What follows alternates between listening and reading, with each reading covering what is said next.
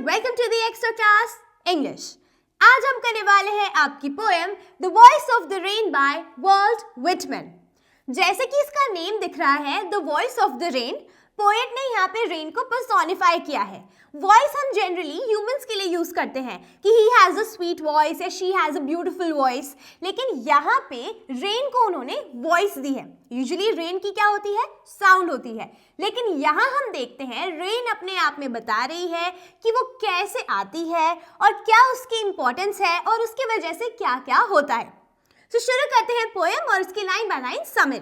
तो पोएम शुरू होती है, And who art thou? Said I to the soft falling shower, which, strange to tell, gave me an answer, as here translated.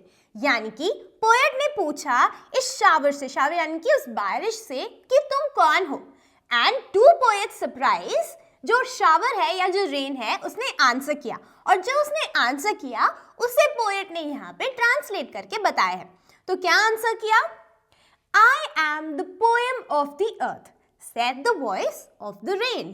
यानी कि rain ने कहा कि मैं हूँ अर्थ की एक poem, and poem is a beautiful thing, इसीलिए वो क्या कहती है कि I am poem of the earth. Next, eternal I rise, impalpable, out of the land and the bottomless sea. यानी कि मैं इटर्नल हूँ, ऐसा नहीं है कि कभी भी मैं खत्म हो सकती हूँ। I am like long living, ठीक है। इटर्नल आई राइज, इम्पैल्पेबल, मैं ऐसी चीज़ हूँ जिसे टच नहीं किया जाता। जब आप देखोगे जो वाटर साइकिल जो आपने पढ़ा था अपनी जूनियर क्लासेस में, तो कैसे जो वाटर वेपर्स हैं कैसे इवेपोरेशन होती है एंड उस प्रोसेस को आप टच नहीं कर सकते हो। तो यहाँ पे उसी प्रोसेस को डिस्क्राइब किया गया है कि कैसे इटर्नल इट राइजेस, ठीक है, एंड कहाँ से राइज करती है वो? Out of the land and the bottomless sea. Land से कैसे वाटर जो है वो इवेपोरेट होता है जब रेन आती है। ये पूरा जो साइकिल आपने स्टडी किया था कि फिर जब वो इवेपोरेशन होती है उससे क्लाउड्स कैसे बनते हैं, तो वो ही यहाँ पे डिस्क्राइब किया गया है। Out of the land and bottomless सी।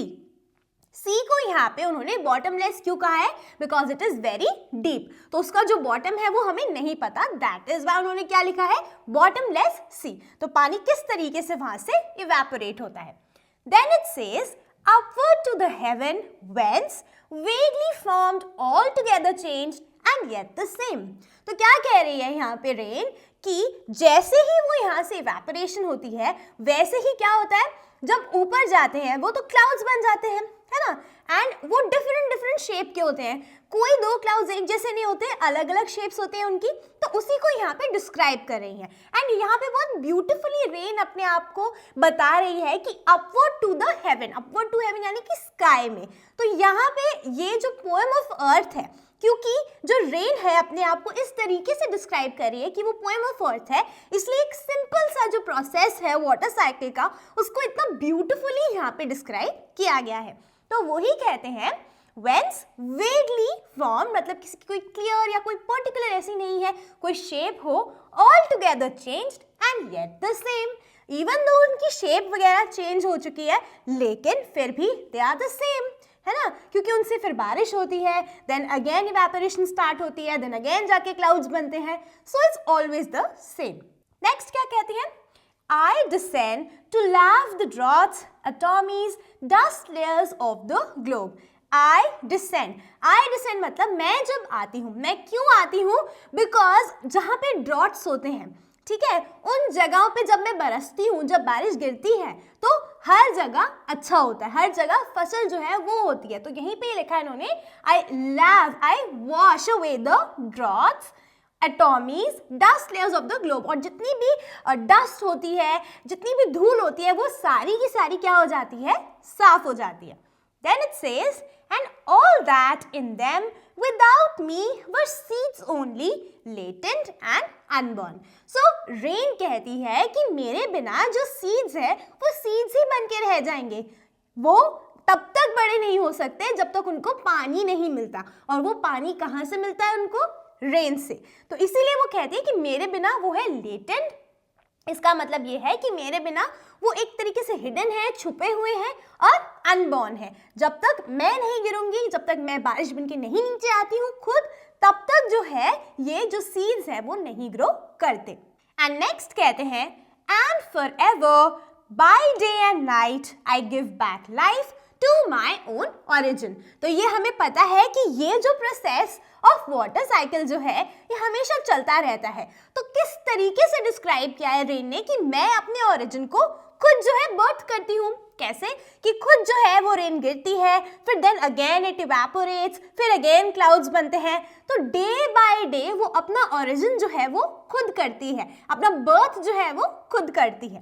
ठीक है. Then it says and make pure and beautify it. And हर चीज को वो प्योर कर देती है, ब्यूटिफाई कर देती है. जब बारिश होती है एंड बारिश के बाद जब हमें इतनी सारी हरियाली देखने को मिलती है, इतनी सारी सफाई दिखती है, इतना सुंदर लगता है मौसम, तो हर चीज को वो क्या कर देती है, प्योर कर देती है. और हर चीज को वो क्या कर देती है, ब्यूटिफाई कर देती है. Then for song issuing from its birth place after fulfilment, wandering, reckoned और unreckoned, duly with love returns. अब इन लास्ट टू लाइन्स में जो पोएट है वो कंपेयर कर रहे हैं इस रेन की इन सारी बातों को या रेन को किससे, अपने सॉन्ग से. अब जैसे पोएट जो भी कोई सॉन्ग लिखते हैं या पोएम लिखते हैं, जब वो दूसरों तक पहुंचती है ना, जैसे डे बाय डे कोई इसे शेयर करता है, जब वो दूसरों तक पहुंचती है तो बहुत सारा लव जो है वो पोएट को रिसीव होता है इन रिटर्न, क्योंकि लोग उसे प्रेज करते हैं, उसको शेयर करते हैं, है ना, अपनी फीलिंग्स जो है वो उसके टुवर्ड्स शो करते हैं. एंड वो सारी किसकी तरफ आती है, जिसने इस सॉन्ग को या इस पोएम को जो है लिखा है.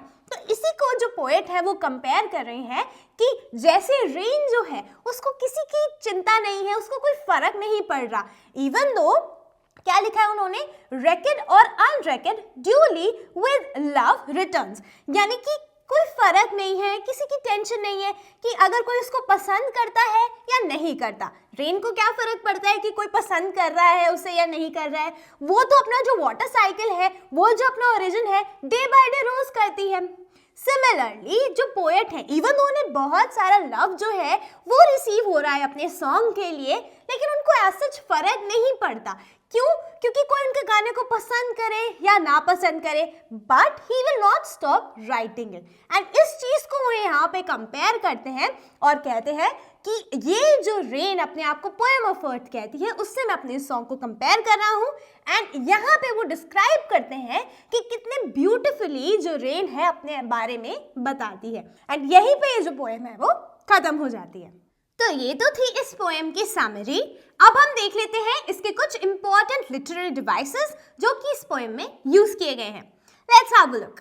तो लिटरेरी डिवाइसेस देखें तो फर्स्ट है पर्सोनिफिकेशन. जैसे कि मैंने आपको स्टार्टिंग में ही बता दिया था कि the voice of the rain, poet ने यहाँ पे पर्सोनिफाई किया है रेन को, बिकॉज साउंड नहीं यूज किया उन्होंने, वर्ड क्या यूज किया है, वॉइस.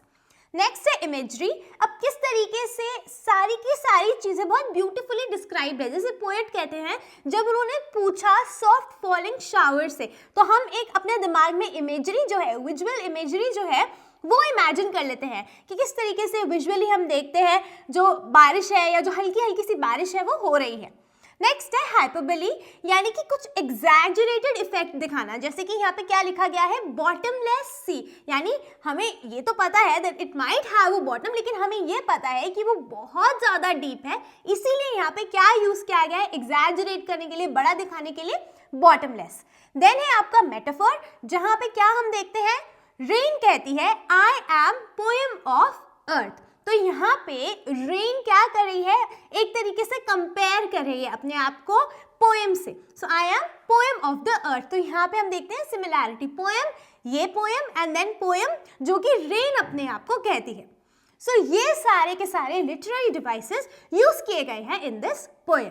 सो ये तो थी आपकी summary of the poem the voice of the rain bye Walt Whitman. हमने देखी इसकी लाइन बाय लाइन समरी, इसकी एक्सप्लेनेशन जानी और देखे इसके literary devices. That's all for this video. Now until the next video, keep practicing, keep learning.